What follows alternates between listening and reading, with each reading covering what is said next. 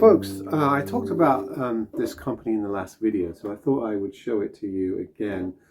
For a number of months, I think it was months, maybe a year, I was buying seconds, you know, sort of guitars with issues from the Cremona company.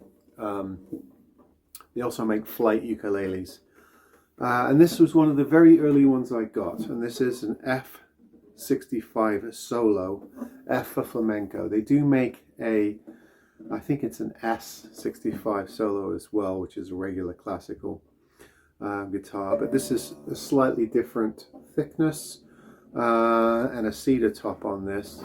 Really beautiful one-piece rosewood in the back, ebony fretboard.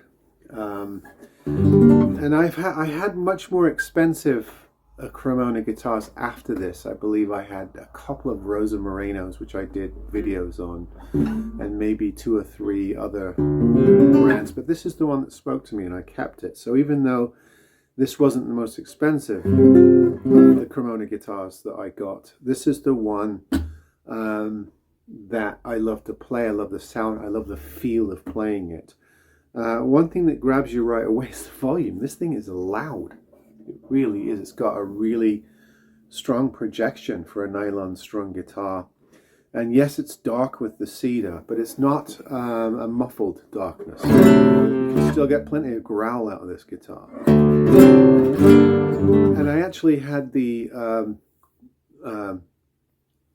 what is it, the more popular Cordoba flamenco guitar. I had 2 of them actually that I A-B'd with this guitar, and this guitar won each time.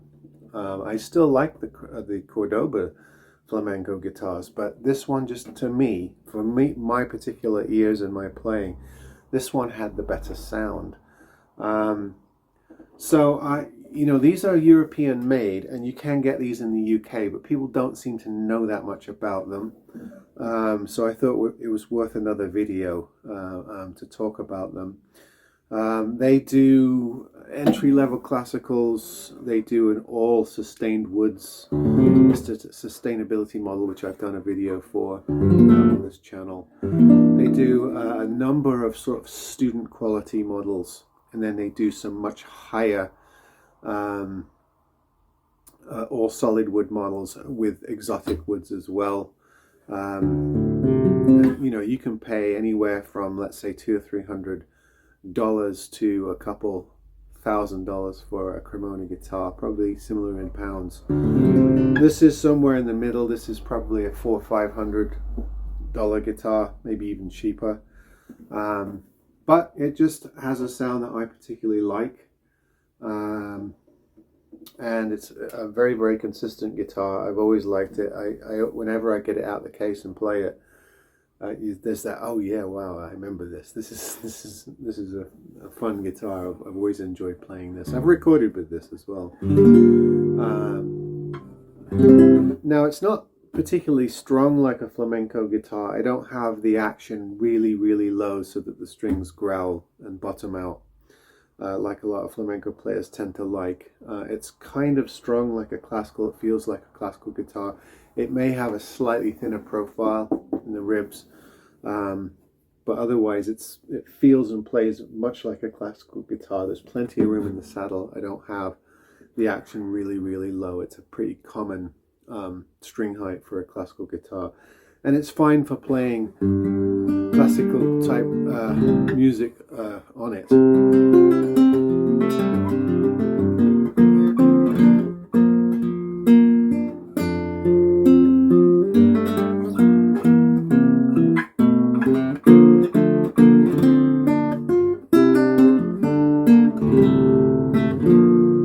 I don't know, you can play that kind of stuff on it, or you can play you know, more complex strumming patterns and you know, all the flamenco stuff on it as well. Or you can play with a pick. It's up to you.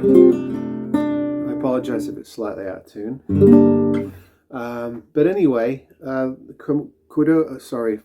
Cremona guitars are a guitar that I've been interested in. I've tried the flight ukuleles. I wasn't quite as excited about those as I am their guitar line, although I didn't really have enough of a sample size to really make a judgment, so I may come back to those at some point.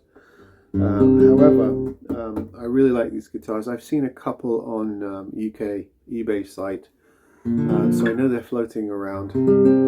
They used to be called Orpheus Valley back in the day, I believe, and you can sometimes find older ones with that logo on it as opposed to Cremona. Now, a little bit, those of you who are au fait with the violin world, you'll know that Cremona is a famous town or village with a C in Italy, where a lot of the early violin masters lived and worked, particularly Amati and Stradivari, others as well.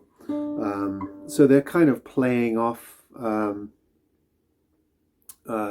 that by taking it and putting a K on it. These, I believe, I think they're made in Bulgaria, I think. If I remember rightly. Somebody correct me if I'm wrong on that. It's been a while since I've done the research on these particular guitars. I have seen Cremona guitars with a K, which from the 70s, maybe a Czech company, mostly acoustic guitars. I don't think it's the same company, and I've only ever seen one or two of them over the years, but not to be confused with each other. But this company is really, really good. I've had a number of these guitars. I would have kept more of them, but I felt I was being greedy. I think for a while I had 3 in my arsenal. I ended up just keeping the one I like the best and letting the other ones go. But if you're looking for an entry level or even an intermediate classical guitar with a good sound, good woods, this is a company that I heartily recommend. I've had many, many, many good experiences buying, fixing up, and selling Cremona guitars, and I've had a number of people I've converted over to them as fans who knew nothing about them, watched my videos, bought one for themselves, and then wrote back to me saying how grateful they were that I introduced them to this particular company. I think for myself, I prefer them to the Cordoba line, but it's close, and I can understand people who prefer the Cordobas or the Admirers as well. There are a few competitors at this level, each one of them worthy of acclaim. I just particularly like this company. I've had a number of their guitars, and they've all been good.